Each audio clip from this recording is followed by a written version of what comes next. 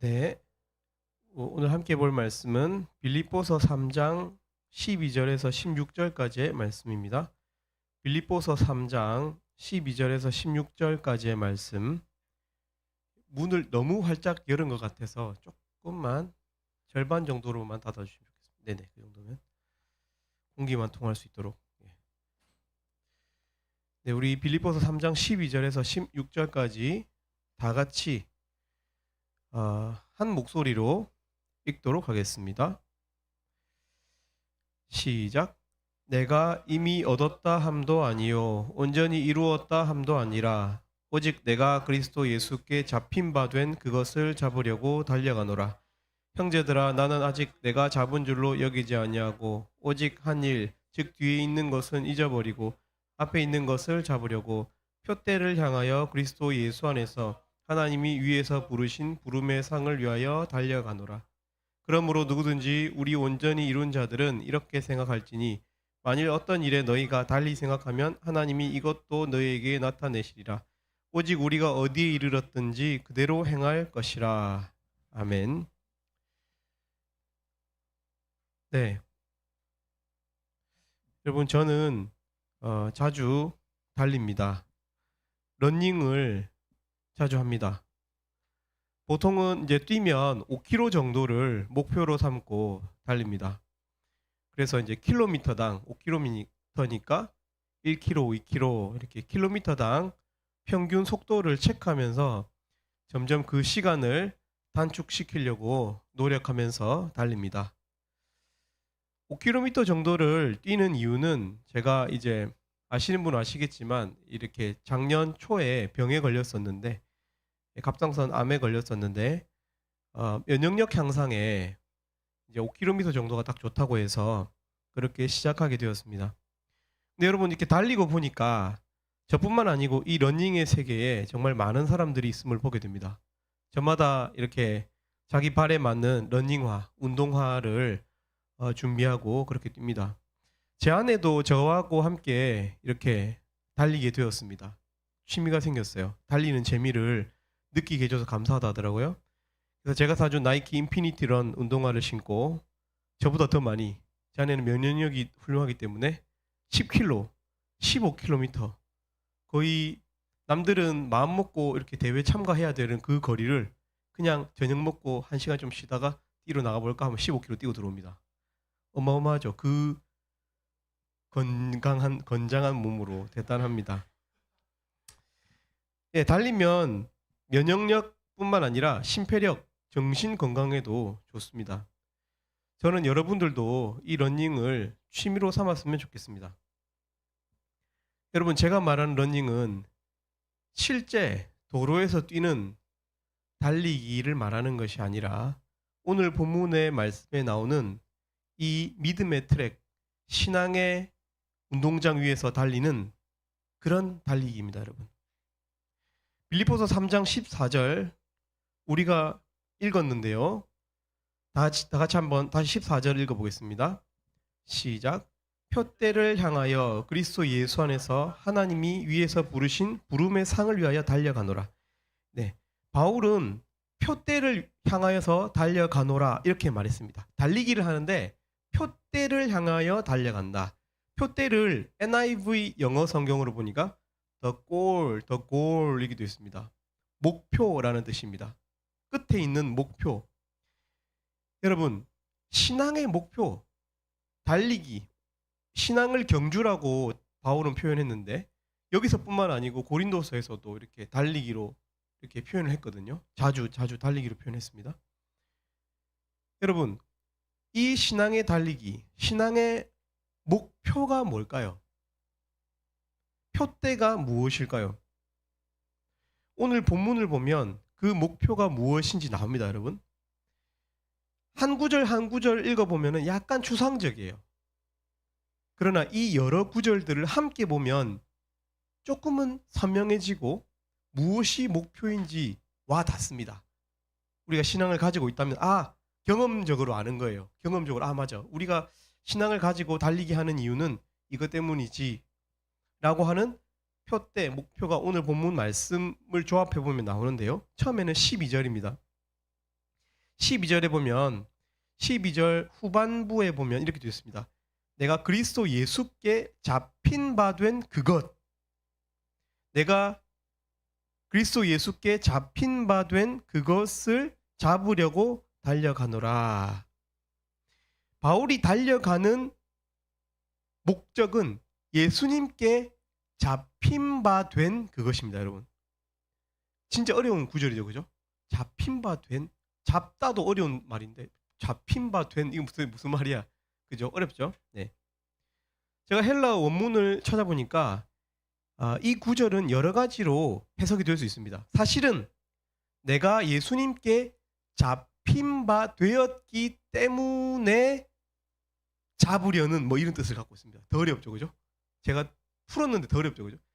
내가 예수님께 잡힌 바 되었기 때문에 그것을 잡으려고 달려간다. 뭐 이렇게 표현하고 있는 거예요, 사실은. 그러니까 적어도 한 가지 확실한 것은 이 표대라고 하는 것은 우리가 처음에 우리가 스스로 시작한 것처럼 보였는데, 우리가 잡은 신앙인 것처럼 보였는데 사실은 예수님께 잡힌 바 되어서, 여러분 바울이 처음에 어떻게 예수님께 잡힌 바 되었는지 기억하십니까? 사도행전에 보면, 그죠? 담메색 도상에서 환한 빛의 포위가 되어서 예수님께서 바울을 부르시죠, 그죠? 예. 예수님께 잡힌 바 되어서 그분이 원하는 목표, 그러니까 예수님이 원하는 목표, 우리가 원하는 목표가 아니고 그분께 잡힌 바 되어서 그분이 원하는 목표에 이르게 되는 그 무엇입니다, 여러분. 신앙의 목적이란 내 개인의 목적이 아니라 하나님께서 처음 부르실 때 우리를 부르신 목적, 그것이 우리의 표대일 가능성이 높다는 것입니다. 12절을 통해서 보면. 이것만 보면 좀 추상적이에요, 그죠? 그럼 21절을 보면, 21절 우리는 읽지 않았지만 같이 그럼 읽어볼까요? 21절 시작. 그는 3장 21절 그는 만물을 자기에게 복종하게 하실 수 있는 자의 역사로 우리의 낮은 몸을 자기 영광의 몸의 형체와 같이 변하게 하시리라. 네, 그렇죠. 하나님께서 처음에 우리를 창조하실 때 만물을 우리 발 아래에 두셨기 때문에, 여러분 짐승들이 우리를 보면 떨죠. 강아지나 고양이가 우리가 가까이 가면 경계하죠. 사실은 우리가 보이지 않지만 하나님께서 처음에 이 세상을 만드신 창조의 시스템이 오늘도 작동하고 있기 때문에 짐승들이 우리 발 아래에 있어요. 마찬가지로 우리 몸도, 우리 스스로도 컨트롤할 수 없는 이 몸, 지금은 어떻게 컨트롤하고 살아가지만 나중에 죽을 때 우리가 어떻게 우리 몸을 컨트롤해요, 그죠? 이 죽을 몸을 만물을 자기에게 복종하시게 하실 수 있듯이 우리 몸을 복종케 해서 예수님께서 우리를, 그죠? 우리의 낮은 몸을 자기 영광의 몸의 형체와 같이 변하게 하시리라. 바울은 우리가 결국은 예수님의 부활하심처럼, 네, 우리도 예수님의 부활하심에 동참시키실 것이라고 말씀하고 있는 것입니다. 그러니까 바울의 표대는 계속 여러분 표대라고 하는 이 주제에서 안 건너갔어요. 다른 데로 안 갔어요.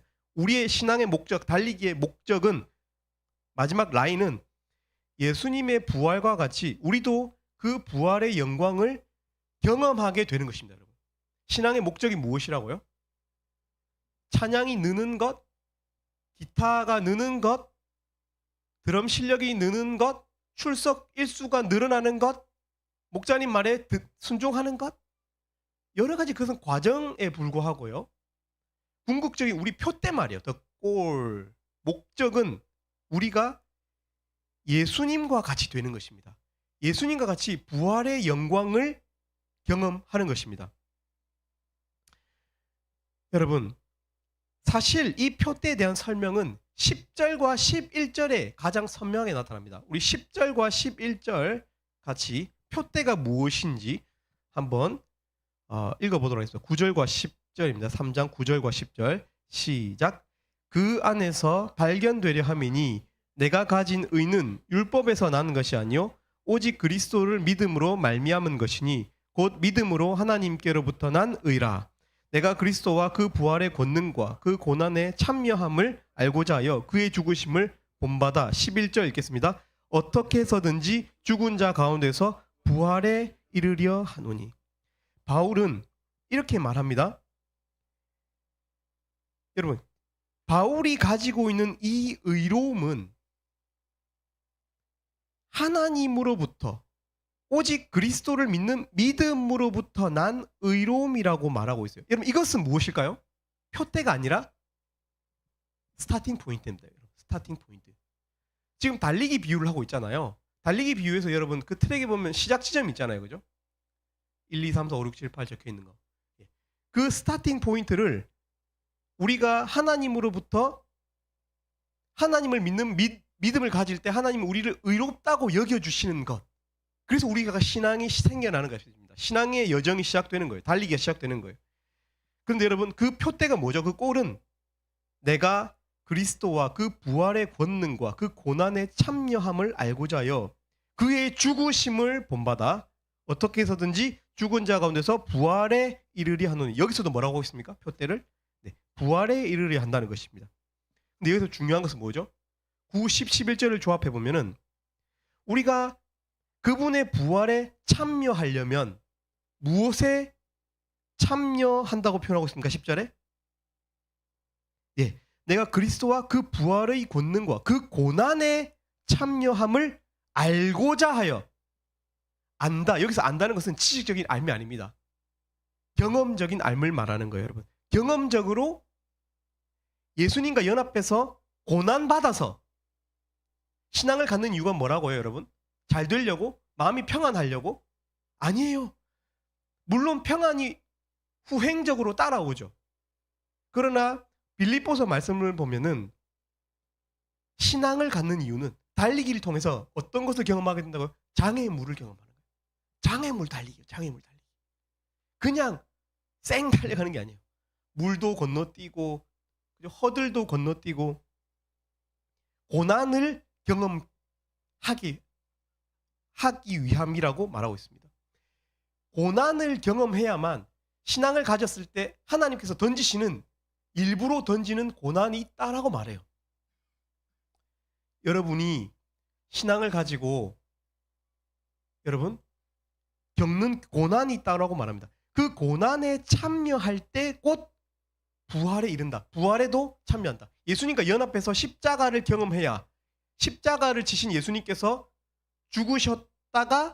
죽으셨기 때문에 죽은 자가 다시 살아나는 창조의 부활의 영광, 하나님의 강력한 권능. 하나님은 단순한 닥터가 아니라 그죠? God, Creator. 그는 신이시고 창조주라는 것을 경험하는 것이죠. 죽어야만. 근데 우리가 신앙을 갖는 목적, 달리기의 목적이 뭐라고요? 고난받기 위함이래요. 고난을 경험을 해서 고난에 참여하고 또한 그분이 부활하신 것처럼 우리도 부활의 영광에 참여하길 원한다라고 그것을 목표로 한다라고 바울이 말하고 있습니다. 부활이라는 표대는 반드시 고난을 통과해야 함을 말합니다. 하는 게 문 한 30cm만 좀 더 열어줄래요? 튜닝이 필요한 것 같아요. 네, 감사합니다. 여러분, 우리가요, 잘 들으십시오. 믿음을 가지고 살 때 반드시 고난이 있습니다. 여러분. 하나님께서 우리를 잡은 게 맞다면, 하나님께서 바울을 잡으신 게 맞다면, 우리가 하나님에 의해서 우리 믿음이 시작된 게 맞다면, 여러분 고난이 받을 수도 있고, 어떤 사람은 고난 안 받고 평생 엄청 부자로 살다가 하나도 뭐 건강 문제 없고 관계가 다 좋고, 여러분 그런 단순한 문제가 아니에요. 신앙은 매 순간에 어쩌면 우리는 매 순간에 십자가 흔적을 계속 보면서 살아가는 것일지도 몰라요. 여러분 우리가 믿음을 가지고 살 때 반드시 고난이 있습니다. 왜 그럴까요? 왜 그럴까요? 그것이 이 우주, 이 세상에 대한 두 가지, 이 세상이 가지고 있는 두 가지 특징을 우리가 믿음을 가질 때 이 두 가지의 이 세상은 단순한 우리가 1차원적 세상이 아닙니다. 이 세상은요 영적이에요. 악함이 있어요. 악함이 이 세상 가운데 묻어 있어요. 모든 관계와 부모 자식 관계도 마찬가지예요. 여러분 그래서 에베소서에 보면은 너희는 부모를 공경하라. 왜냐면 부모를 공경 안 하고 싶은 마음도 있거든, 자식이. 그리고 어른들은 자녀를 막 부리고 싶거든요. 내 새끼니까. 근데 너희는 자녀를 노엽게 하지 말라라고 경고하거든요. 부모 자식 간에도 이 세상이 보이는 게 다가 아니라니까요. 죄의 스펙트럼, 죄의 여러분 그 3D 안경을 쓰고 볼 때에 우리는 지금도 시꺼먼 중심들로 앉아 있어요. 악함으로 앉아 있다고. 게으름과 눈치를 보지만 그 눈치를 보는 게 배려도 있으면서 동시에 자기 자존감을 챙기는 여러분 이기적인 자아가 있다니까요. 여러분 그런 고난이에요. 단순히 가난해지고 시험에 떨어지고 이런 걸 말하는 게 아니에요. 우리가 믿음을 가지고 살 때 거룩하지 못한 세상에서 거룩하게 살아라고 하는 성령의 권면이 있고요. 의롭지 못한 이 악한 세상에서 너는 너만큼은 공평해져라. 너만큼은 의롭게 살아라. 예수를 닮아라. 라고 하는 하나님의 뜻, 성령의 음성이 있고요. 사랑하지 않는 세상 속에서 예수님과 성령님과 연합해서 그렇게 사랑하며 살려고 할 때 당하는 고난이 있어요. 예를 들어 볼까요? 어떤 게 너무 많지만 너무 많아. 거룩이란 측면만 보아도 포르노. 이제는 그 노인들을 위한 포르노가 또 있다 하더라고. 네이버에 보니까 이제는 실버 세대가 되고 있으니까 실버 세대에 맞는 그 트렌드에 맞는 포르노가 있대. 여러분 이것이 정설입니다. 세상의 정설. 포르노와 음란한 이성 교제와 디지털 물란함 속에 여러분 저도 제가 자동차를 좋아하거든요. 자동차.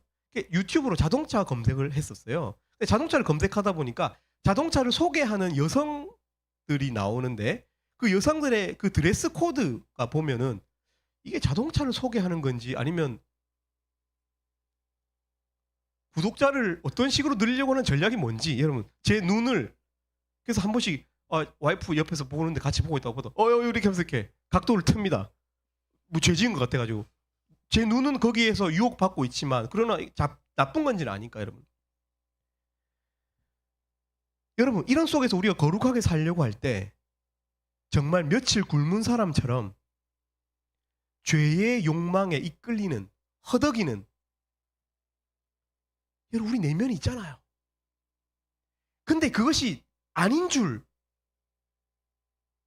이제는 도덕적으로도 TV에서도 2023년 마녀사냥 같은 TV 프로그램 보니까 그냥 대놓고 그냥 말하던데요. 대놓고 너희들 뭐 혼전순결 같은 단어를 쓰지 않아 이제. 너무 당연하게 사귀면은 잠자리를 가지는 것이니까. 맞습니까 여러분 그게? 지금 우리가 지금 이성교제 특강은 아니지만 그게 맞아요 여러분 그게? 여러분 그걸 가지고는 10시간짜리, 3시간짜리, 2시간짜리, 5시간짜리로 강의할 수 있습니다. 아니라는 변론, 여러분 어떤 변론을 가져와도 여러분 변론할 수 있습니다. 근데 지금 그런 시간이 아니니까 그런 죄의 욕망이 있다는 거예요. 우리 내면에 그것에 끌려가는. 그러나 우리가 예수님을 닮으려고 할 때 우리는 그런 것들에 죄책감을 느낍니다.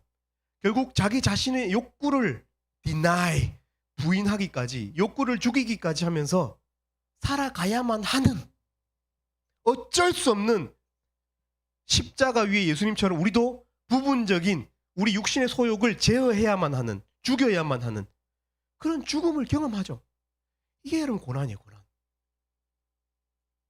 거룩하게 살려고 할 때 이 세상이 거룩을 부정하기 때문에 거룩이란 단어 자체가 고난이라니까요. 거룩이라는 어떤 옷을 입으려고 할 때. 여러분 그러나 우리의 이 달리기를 포기하면 안 돼요. 여러분들 그것이 얼마나 약해졌는지 여러분들 제가 이런 이야기 할 때 저를 포함해서 우리 모두가 다 죄책감 가운데 빠지게 된다는 걸 알고 있어요. 그러나 여러분 우리 이것을 마주하지 않으면 안 돼요. 이 세상에 우리가 그들에게 복음을 전할 때요 깨끗하게 살아야죠. 거룩하게 살아야죠. 이런 말로 되는 게 아니에요. 그런 사람들을 찾아요. 이 사람들은.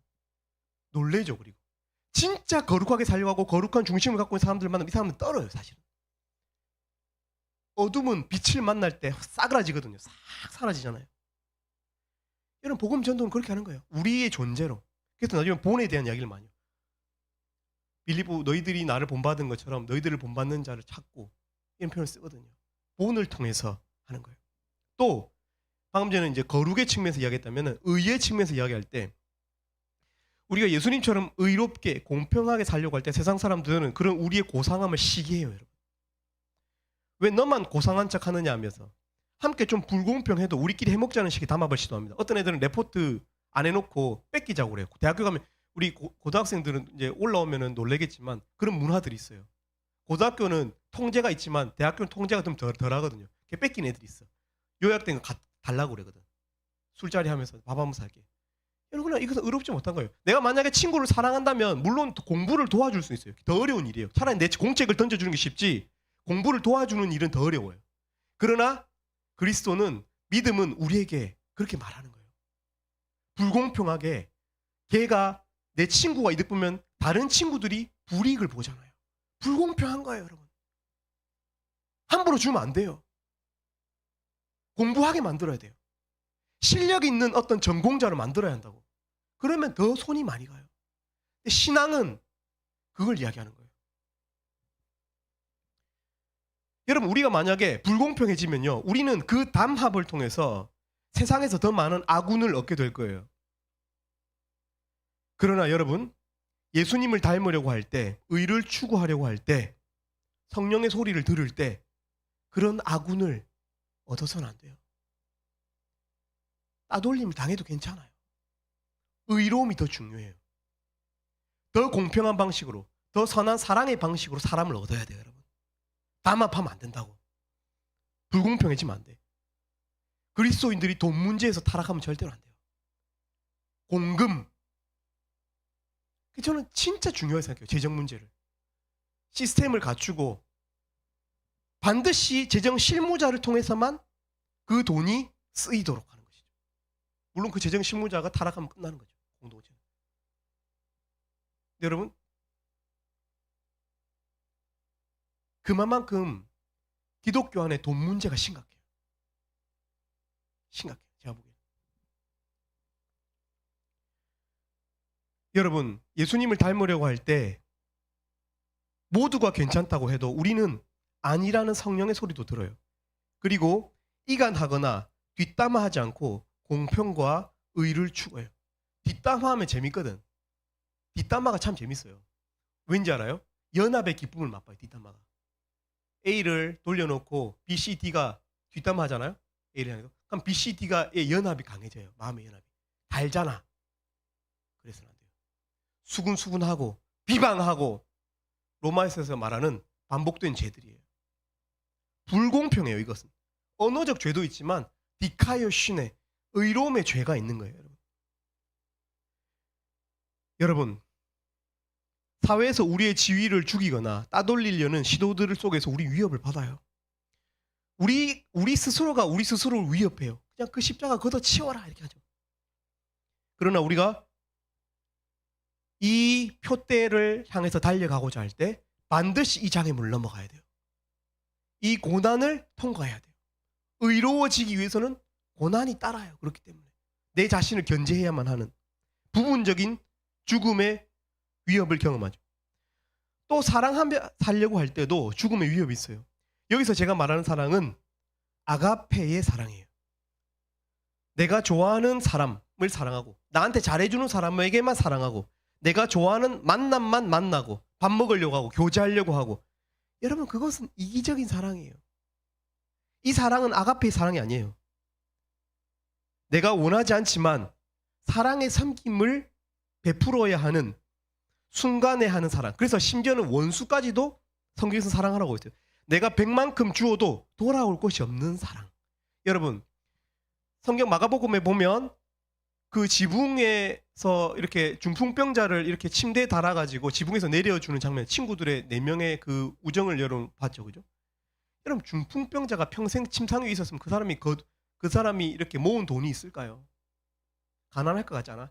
걔한테 좋은 베니핏을 베풀어도 걔가 나한테 도로 베니핏을 베풀 수 있을까요? 예. 그들의 사랑은 진짜로 아가페적인 사랑인 거예요. 돌아올 곳이 없어도 심지어 그 남들 앞에 창피를 당할 수도 있는, 그죠? 지붕을 뜯어서 막 흙가루가 막 떨어지는데 열고 빛이 샥 열리면서 갑자기 지붕이 척척 내려.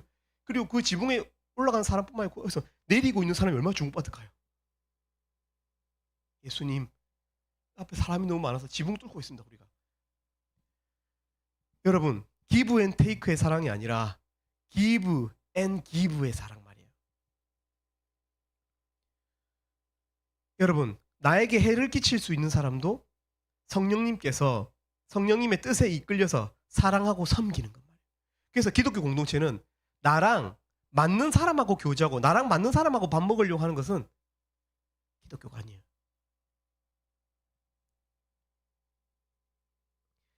여러분, 우리는 혹 그런 사랑을 할 때 얼마나 우리의 심령이 지칠지, 우리의 몸이 지칠지 몰라요, 사실은.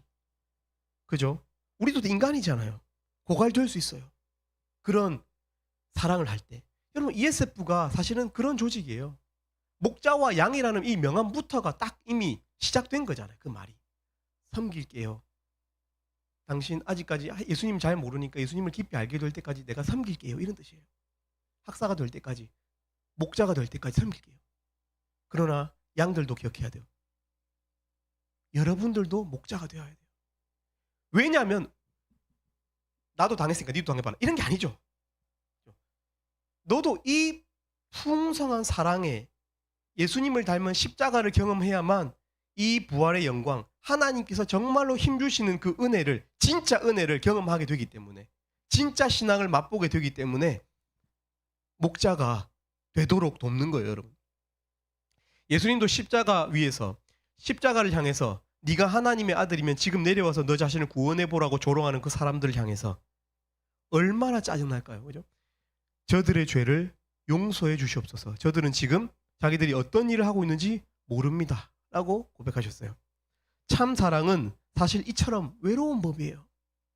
참 사랑을 여러분, 사랑을 했는데 여러분이 돌아오는 게 많아? 진짜 사랑이 아닐 가능성이 커요. 그 사람하고 눈 맞춤을 한 거예요. 너 내가 지금 너 섬기는 거 잘 봐. 이런 거죠. 잘 기억해. 잘 기억하고 너도 섬겨. 이럴 때 돌아오거든요, 원래. 아가페가 아니에요. 모르게 해야 돼요, 모르게. 오른손이 아니라 왼손이 모르게. 쿨하게. 츤데레도 아니야. 츤데레는 은근히 생색내잖아요. 아니야. 몰라도 돼.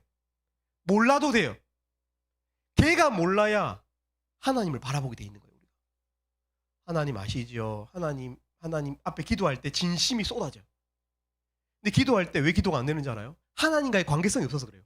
하나님을 의식하지 못해. 하나님을 의식하는 습관이 안 돼 있어. 하나님이 살아계신지도 헷갈려, 사람이. 왜 그럴까요? 사람하고만 한 거예요, 모든 관계를. 섬길 때 아예 죽어서 섬겨야 돼요.